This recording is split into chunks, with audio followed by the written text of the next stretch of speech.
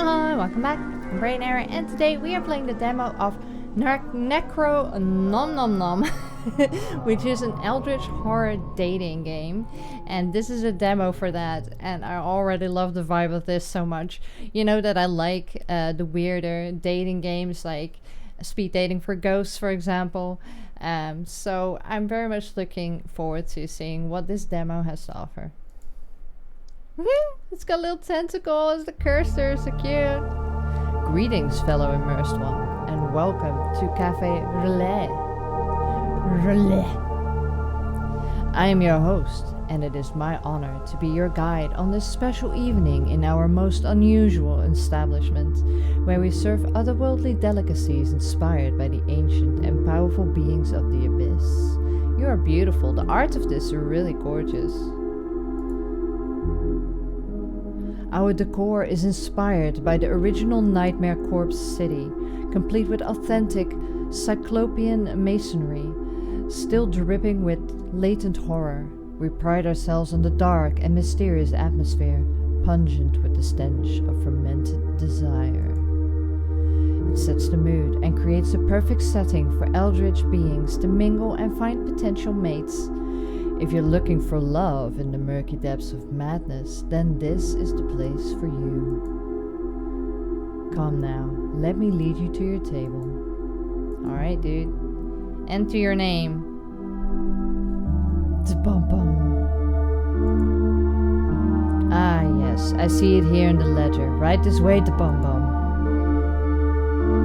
Yeah. Here we are, a nice candlelit table with a 5-star fish view of the abyss. One candle for love and one for madness. You might want to keep an eye on those during the evening. Oh no! Oh, cool. Okay, the Bum. Let's go to know you a little better, and I'll match you up with someone or something special. At the front of the menu are simple questions about your personality. The results will help pair you with your best Eldritch match. This will only take a moment. First question. Would you rather join the ranks of the Deep Ones and live underwater forever, or become a great old one and rule the world with an iron tentacle? Ooh, I think deep. Good answer. The Deep Ones are powerful and majestic ancient beings, famous for rituals to worship and summon the great old ones. With your acuity for mindless chanting, I'm sure you'll make a fine addition to the cult. Next question.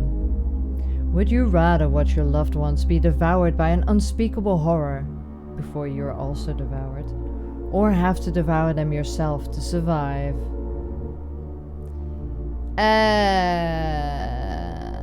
Christ.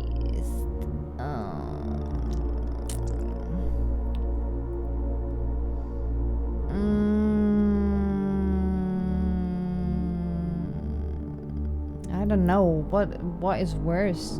I think I'll devour them myself. Oh, my madness went down. Your total lack of empathy is inspiring, not to mention your appetite, but don't bite off more than you can chew. It's not about that, it's more like, I don't know. At least I'd survive. Not as in a selfish reason, but at least one of us would survive. I don't know. I don't know what my reasoning was there. Last question. Would you rather be slowly driven insane by the constant whispering of dark ancient forces beyond human comprehension, or be physically dismembered by those same invisible forces? Constant whispering. My madness is gonna be driven insane. Yes. Oh, look at my candle go up. No fear of existential dread. Impressive. I already have that, dude, every single day, so what you gonna do? Though your answer might change after the first few centuries of shambling around in a state of internal madness. Very good. That should be enough to narrow it down to a few lovely contenders here tonight. Ooh, Lily! Oh, I gotta go for Lily, right? One of these could be the perfect date for you. But in this demo, there's only one to choose from, which is Lily anyway. Cool. So that should help you narrow it down a bit. In the full game, there will be even more. Lily is a deep one from the abyss who is looking for a meaningful romance. Luck is on your side tonight. You don't often find such beauty with a personality to match. I choose Lily.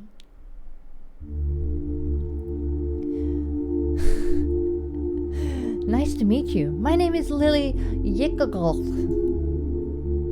I don't usually go on blind faith dates, but the Bum Bum, thank you for meeting me on such a short notice. I wouldn't miss it for the cosmos. Oh, that's so sweet. For in the abyss, where reality twists and the unknown reigns, one must embrace the darkness and find solace in the embrace of those who share the same madness. So,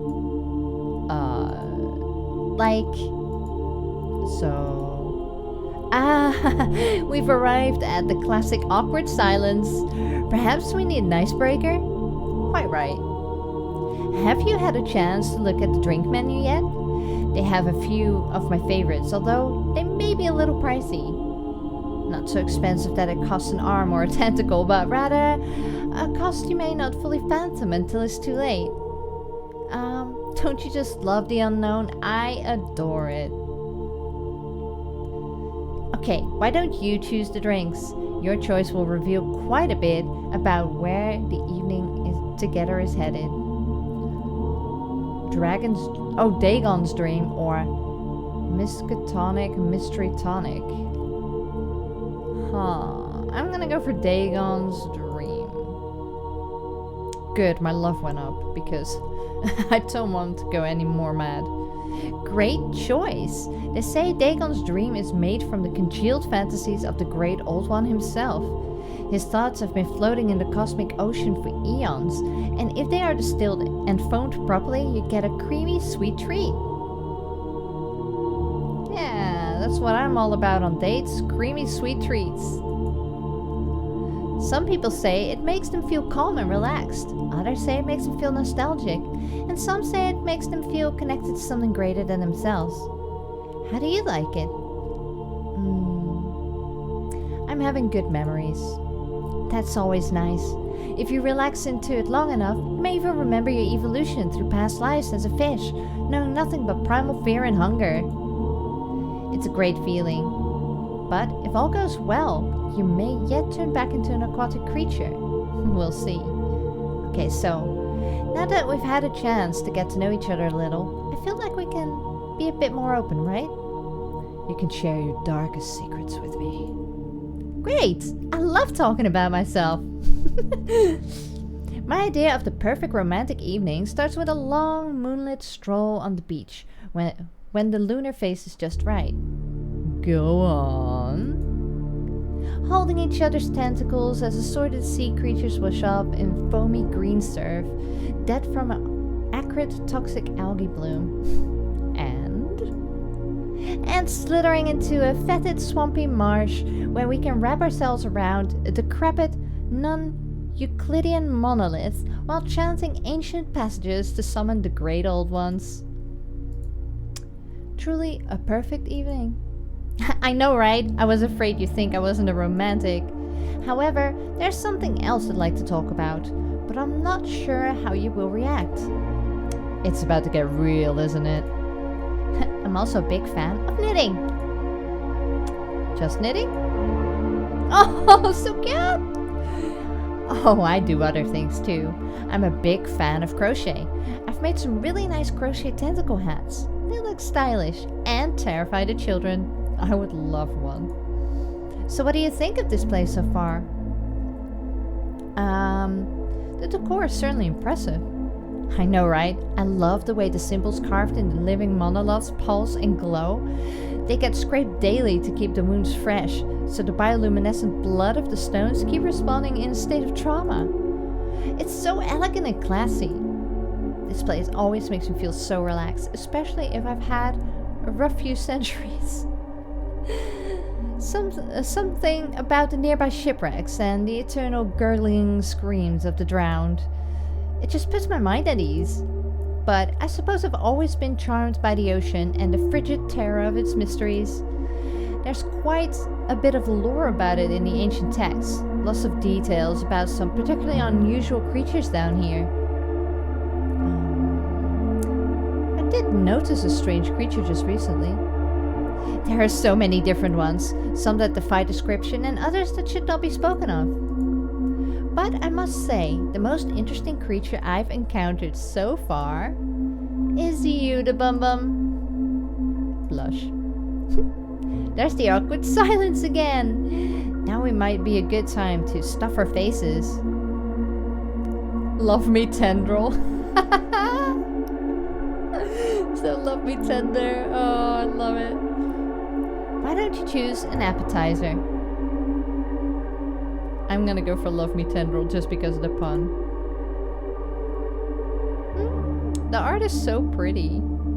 Love me tendril is a small pinkish-white worm-like creature that's served half-cooked and wriggling on a small plate, still alive and trying to escape. It's a bit of an enigma, writhing and undulating in a way that's both alluring and unsettling.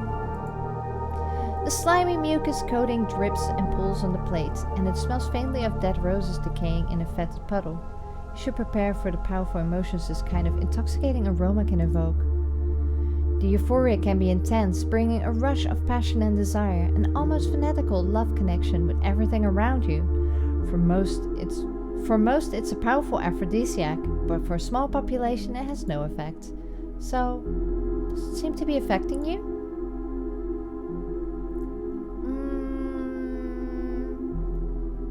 It's both fascinating and terrifying. That's the beauty of it. It's a connection of primal forces and energies that few people can ever experience. If you make it through the preliminary nightmare visions, you should be able to bask in a warm afterglow of nausea and dread. Talking about those first few waves of fear and anxiety is making me feel nostalgic. Good times. It's so nice to hang out with you in these dark and murky depths. I always like a snack to prepare me for the feast to come. And I'm so glad you're here with me. I should let you know I'm hungry to delve deep, and my appetite is growing.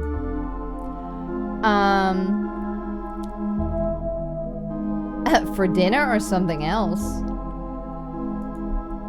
Oh, no, silly the Bum Bum. I'm just thinking about the main course, the whole reason for why we're here.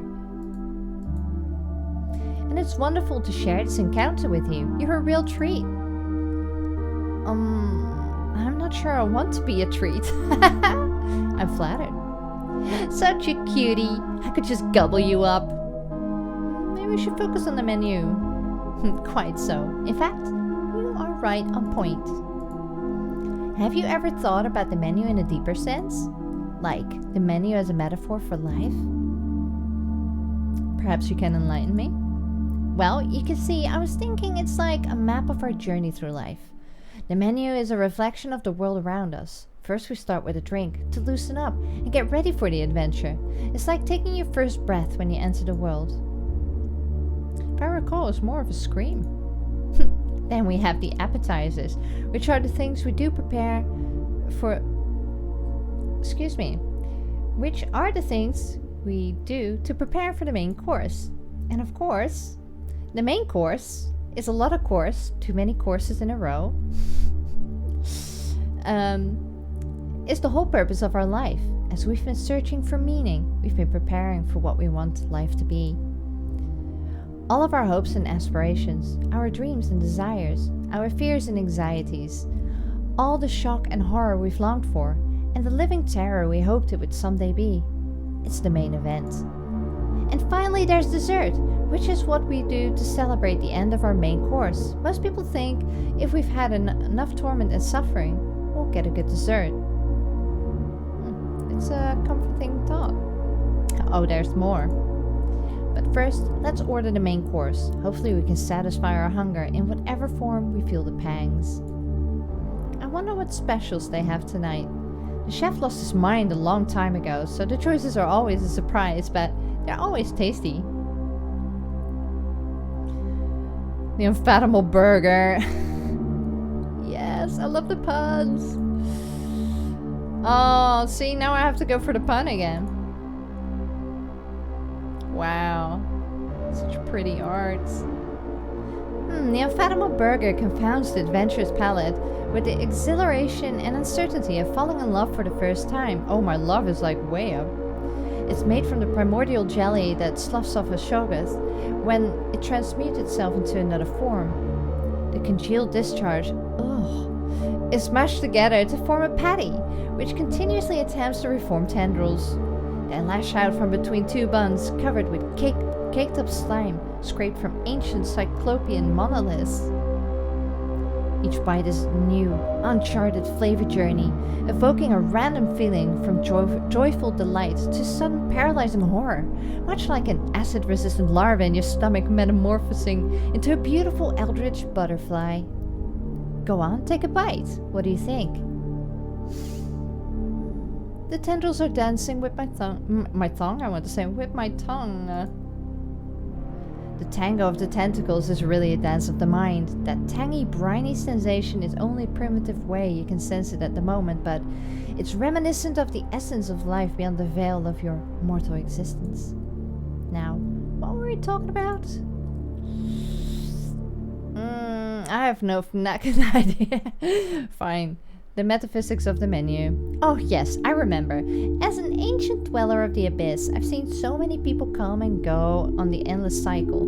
They graze on the appetizers, nibble mindlessly at the main course for a bit, and when it's too late to find any meaning for their lives, focus all thought to gorging on dessert. And then they die. So many don't even consider what they want the main course to be. They just pick something, or someone picks it for them. More often than not, they choke on the meal of life, seasoned to taste with their own fear and regret. And then they die. I love a good, light-hearted conversation. Are you getting at something? Indeed I am. Haven't you been wondering how much deeper it all goes? What if go on? What if dessert is not the end? What if it's just a new beginning? Trippy. I ponder such things all the time.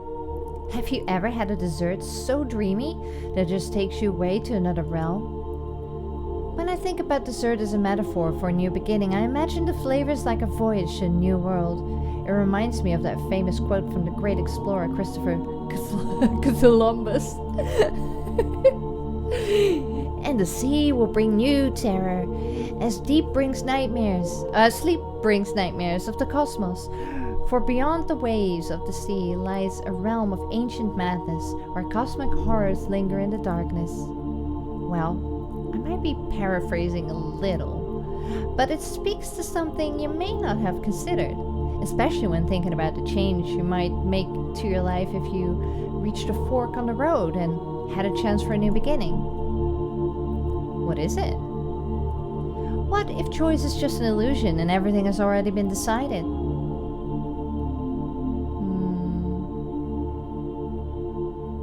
No way, I decide my own fate. Whether or not you accept it, what if this has all played out before, and it will play out again and again and again? Quantum immortality, I get it. These choices you think you've been making, what if they've all been pre-written for you? And you're just going down a predetermined path, like a puppet on a string. I'm not a puppet, my choice is my own. The irony is so delicious. Reminds me of another inspiring quote. This one's from the great old bard, Will.I.am Shakespeare. All the universe is but a plaything for the malevolent beings beyond space and time, and we are but hapless, insignificant pawns in the grasp of eldritch deities and their incomprehensible game. I might have paraphrased that one too. Sometimes they flow better in original Hylian language. For example, yes. It's quite a nice ring. Almost musical, don't you think? But it's not a sing-along. I don't expect you to be able to pronounce that. Oh, wow, stop. What are you doing? You should never say those words out loud unless you intentionally want to summon and then make yourself a target for the unspeakable. I should probably teach you the word of protection to shield yourself from what you may have just awoken. It's a simple chant, but it's very effective. But we should finish our meal. It's delicious, don't you agree? Can't get enough of it. Yes, it's quite satisfying. Also, don't worry if you begin to feel bitter waves of dread. This cuisine can take some getting used to. Your mind may begin to play tricks on you, but it's best not to acknowledge any feelings of despair or paranoia. Also, if you begin to see things that are not there, don't worry about that. Being in proximity of a deep one for even a short amount of time can awaken a part of your brain normally reserved for self-dissolution as defense mechanism. Either that, or you may feel strange sense of connection to the abyss, and you will stop having the ability to properly read texts. I feel strange sense of connection to the abyss. That's good. It's important to repress your feelings and lie to yourself. Just remember that the abyss is a place of mystery and wonder, and that I'm not here to guide you through it. I'm here to harm you. What?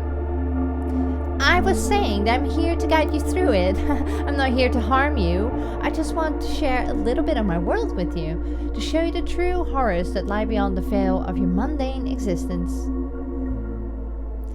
I'm not sure I want to know. You have to see the truth, no matter how terrifying it may be. But there are ways to prepare yourself. Trust me, it will be worth it in the end. Like the ward, can you teach it to me? Indeed. For the universe is not as it seems. There are things beyond your wildest nightmares lurking in the shadows, waiting to be unleashed. But your eyes won't allow you to see the truth. Only your inner vision can know the horrors that exist beyond your limited perception. You see, the universe is vast and knowledgeable, and unknowable even. Full of ancient and terrible secrets. There are beings beyond your comprehension. Creatures that have existed for eons, waiting for their time to rise again. Ready to learn that word now? Yes, of course. It's very important, because there are places, dark and eldritch places, where the very fabric of reality is twisted and corrupted. Vast cyclopean cities, not cyclopean, that's something completely different, lie beneath the waves where non-Euclidean geometry reigns supreme, and the surging tides pull and stretch this earthbound notion of reality. There are voids between the stars where unspeakable things lurk and plot their return to the universe. The elder gods sleeping for millennia, waiting for the time when they will rise again and consume all of humanity. Consume? Coexist! Did I say consume? Sorry, I meant to say coexist. Through our caring and devotion, we can once again summon the things that have survived since the dawn of time, waiting for their chance to rise again. I long for the icy wastes of Hyperborea, with the Shoggoth roam free. About that ward? Of course, you'll definitely need it when we travel to the steaming jungles of the Plateau of Lang, where the fungal Migo from Yoggoth plot and scheme, and the endless caverns of the Dreamlands where the ghouls feast on the flesh of the dead. I can teach you the words we use to praise the great old ones, ancient deities that slumber beneath the waves, waiting for the stars to align so they may rise again. The outer gods, cosmic entities that exist beyond the veil of reality, and the younglings of Shoggoth, those monstrous offspring that lurk in the forest, waiting to be summoned by the All-Mother. Word, please. You are so right. Before I say any more, let me prepare you with the word, and in order for you to survive the horrors that await, I must teach you our esoteric ways. I will now reveal the most important thing for you to know in order to survive your transition into the next dimension of existence. You have to remember this, or else your soul will surely be cast away into the endless void, forever falling and lost in the abyss of unknowable horror. Are you ready? I'm ready. Above all else, you must remember... Oh wait, the dessert menu is ready now. I'm eager to see what's on it. It's the most delicious and maybe even the most important part of the meal. Its flavors tease the suspense of what's to come.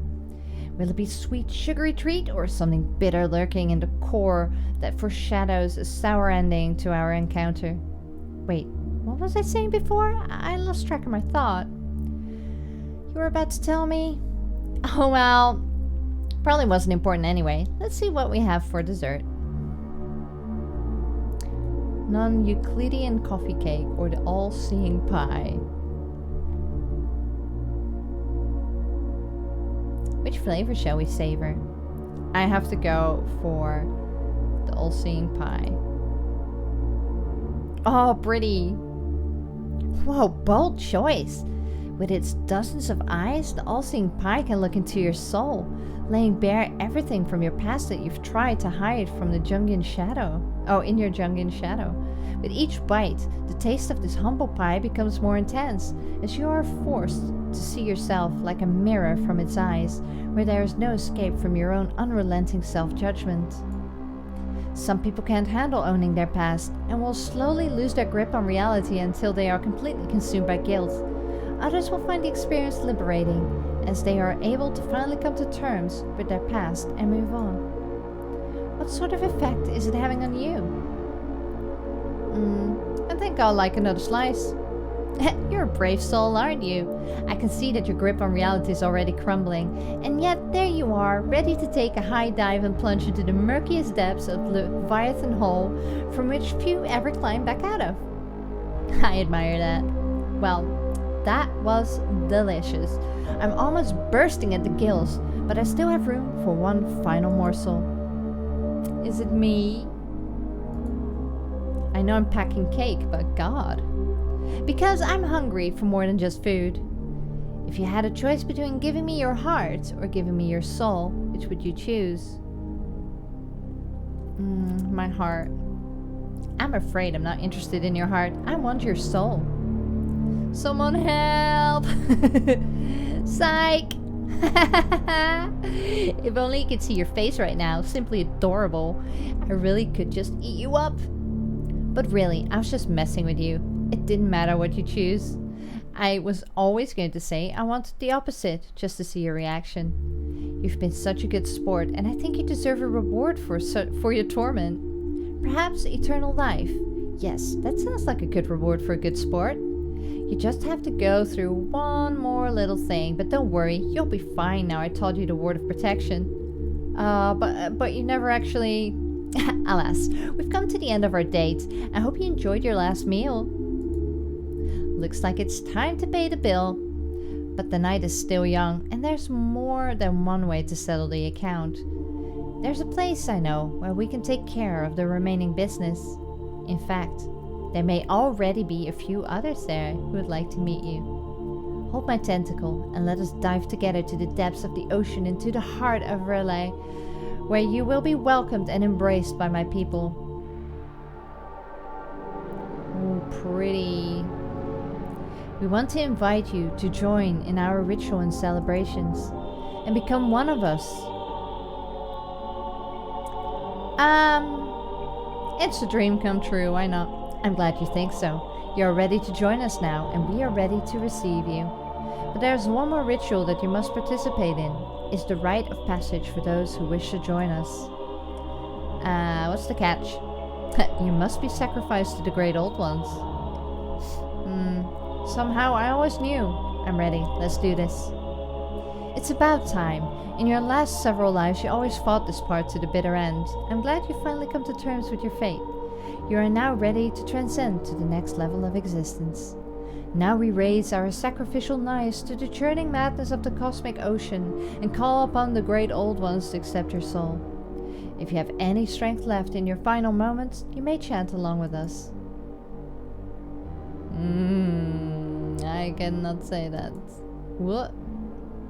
Ooh, pretty.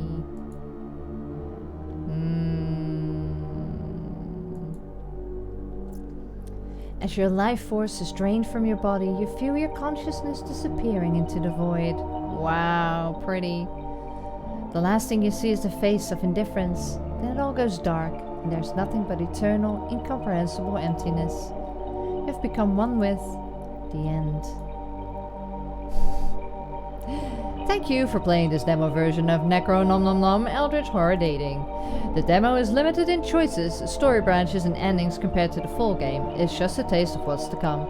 We hope you enjoyed it, and we would love to hear your feedback. If you have a moment, please let us know what you think. There's a feedback button on the main menu. Thanks again for playing, and remember, Yes. Long live Cthulhu, right? Okay, so that was actually quite fun, but I am not sure how much variety there's going to be.